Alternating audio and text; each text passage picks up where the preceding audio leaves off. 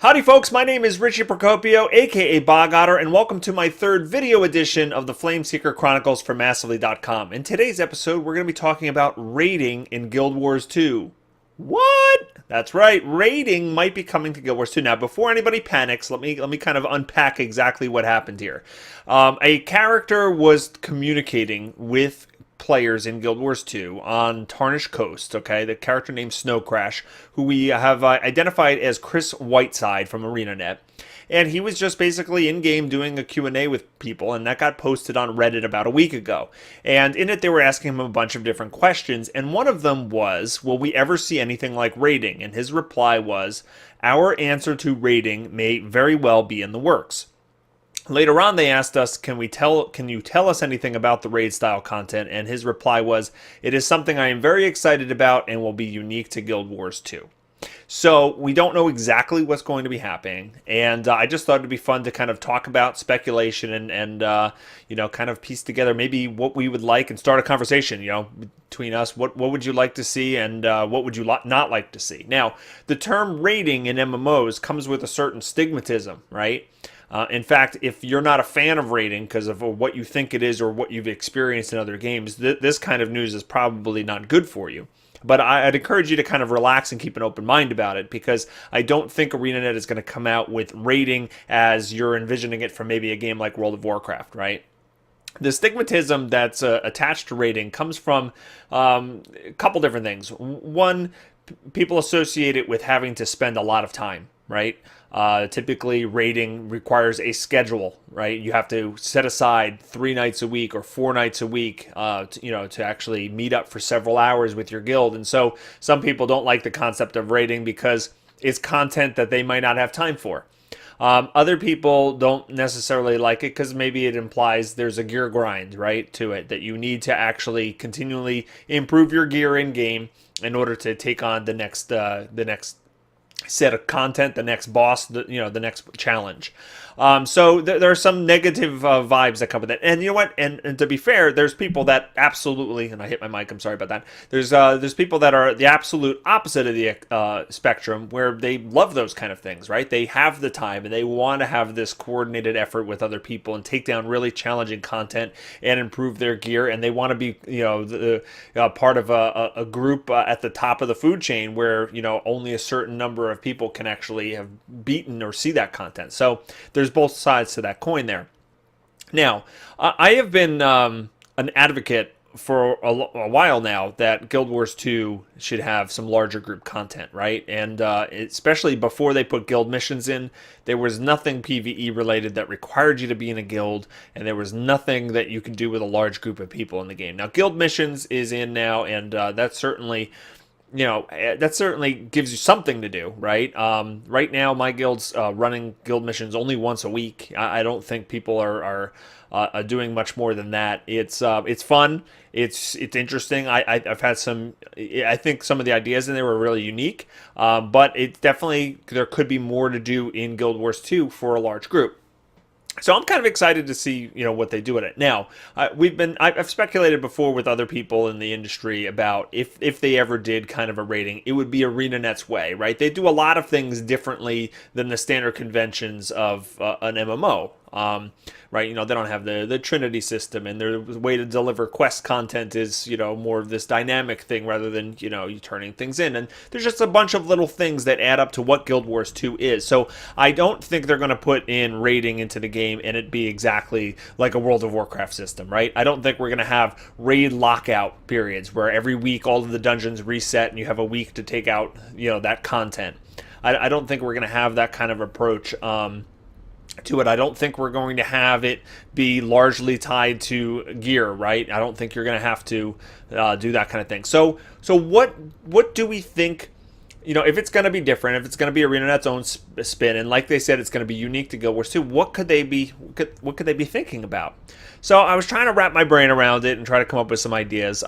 One thing that they could do is they could tie it into the guild mission system, right? They could just say, hey, there's a new type of guild mission where it's called guild raids. So now after you unlock like guild puzzle and guild challenge, now you unlock guild raids. And this is some sort of large group activity that gets tied into earning guild merits and guild commendations, and maybe they expand the guild commendation vendor to have more equipment in it. So now that you can earn this, and maybe it's just the type of thing where it doesn't matter how many people are in your group, you can participate in this this kind of instance challenge, and where the other guild missions are more about puzzles and jumping puzzles and running a gauntlet and finding scavenger hunt places and killing like a specific creature. Maybe this is more of a dungeon type environment, right? Maybe this is more, we're going to have trash mobs and, different challenges for larger groups, and then these huge boss fights with different mechanics in it and stuff like that.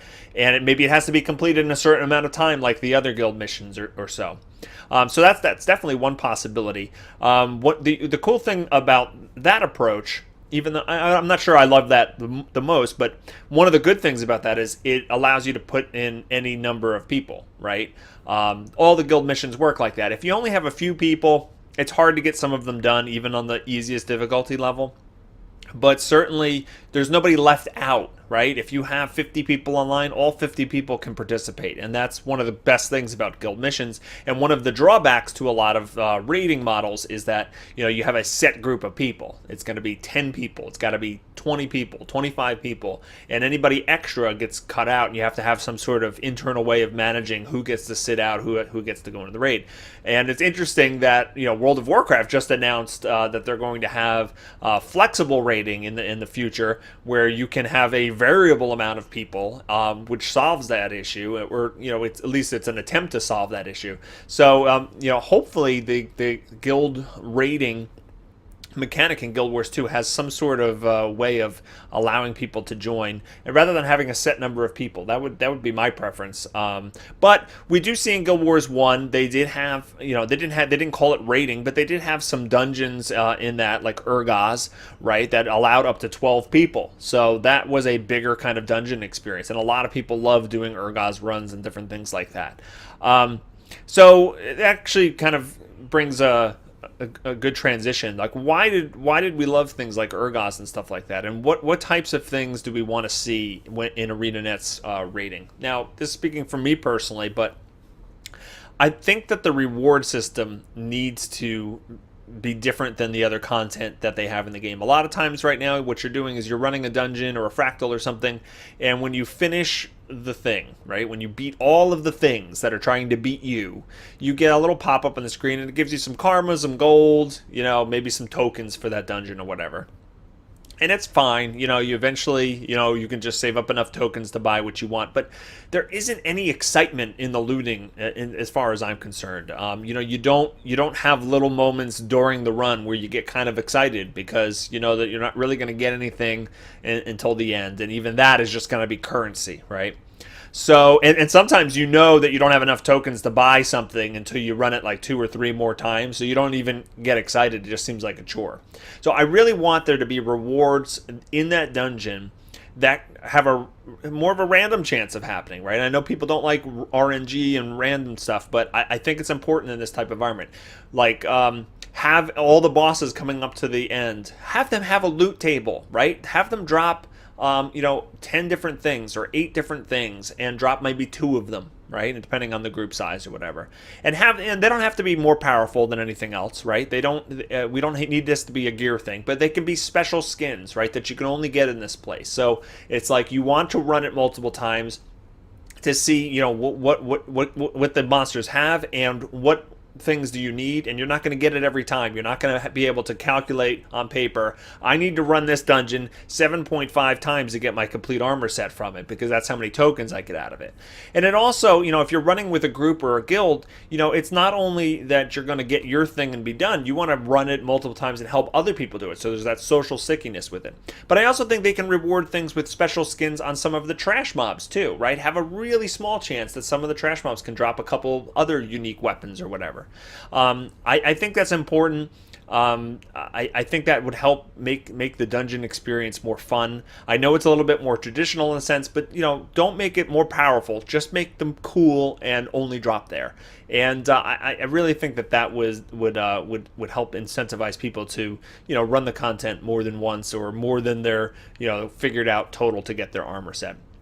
Another thing that they could be doing with this is they could be introducing the ascended armor tier with this guild raid, right? We know from last year when they first started putting in ascended items that eventually they were going to have an entire tier of ascended level gear, ascended armor, and ascended weapons. They've mentioned as well, and they haven't implemented anything except for the accessories, the jewelry, the back piece, and stuff like that. So this could be an opportunity to actually add the ascended armor pieces, right? They could make it like they could put it on the guild commendation vendor, right? If they go through the guild mission route, they could put them as drops from the creatures in there, like I was saying earlier. So this could be a way for them to up the armor to new sets. And we haven't seen many new sets in the game in terms of combat armor come in. So maybe they've been busy working on a whole new level of ascended armor types, and maybe we'll see that in guild missions. I'm sorry, guild raids or whatever they're calling it, raiding. So those are a couple different ideas. I do think that they're probably going to surprise us, right? There's certain speculation we can give, and there's certain like hopes that we can give for it. But I do think that whatever it is, it's going to be kind of unique because they said it would be unique, so I'm just kind of parroting what they said. But knowing ArenaNet, it's not just going to be something that would be like, oh, I knew it. It's going to be like, oh, I never really thought of that before. I kind of hope there is, since they don't have a Trinity system in it, right? And a lot of boss mechanic encounters become just this, everyone's spread out and fire your spells at the thing, and it just becomes a little bit mind-numbing. Every once in a while you have to dodge out of something or do something like that. But I really wish that, not that they put the Trinity back, but if they don't put the Trinity back, they have to give people roles in these encounters, right? A good example is, one of the fractals has you fight. I'm going to blank on which one it is. I think it's the underground fractal. The boss at the end, you have to have one person that goes around and spills the molten lava onto the ice golem or the construct, and you have to he has to get superheated by the lava you pour on him, and so that one person has a unique job that they go around and have to time the dumping of the oil. I want encounters like that, more like that, but give multiple people something specific that they have to do and give them points of failure, right? If you miss this a certain amount of times, you're going to wipe. So if it's a large group thing, you can, like, I always bring up like Tequatl the Sunless because I remember how I thought that fight was going to be before I actually played it in Guild Wars 2. You have the mega laser, right, that needs to charge up. And I assume that one person would be busy playing like maybe a little mini game to try to charge up the mini laser, and there's a group of people that have to protect the mini laser from creatures that are trying to attack it. Then there's people that are trying to fight Tequatl, and then there's people that every time he puts the bone walls up, you have to take those bone walls down, otherwise like the cannons of the mega laser can't hit him. And then there may be a couple specialized mini boss monsters that come down that really need specific people to take care of. So you have a large group of people, but all of them have specific jobs that have to, you have to be coordinated. You need to be on like voice chat or something like that, and you need to kind of coordinate who does what. So you don't necessarily need to have tanking and healing and damage dealing Trinity to actually make the designs of these bosses kind of interesting, but you do need to have people that have certain roles, certain assignments or something to do during the fight that people are counting on you doing right. Because if it's just a bunch of people like, standing there and not really having to coordinate and not really having to, really think about other people, they're just trying to keep yourself alive and dodge, out of the red circle every once in a while, it's not going to be interesting for long. So those are my thoughts about raiding in Guild Wars 2. Let me know. Do you guys have any great ideas? Put them in the comments below. Let's talk about this. Let's see what kind of things we come up with. What could Guild Wars 2 do with raiding? Put their own little secret spin on it to make it different than everybody else, but also keep the concept of Guild Wars 2 alive.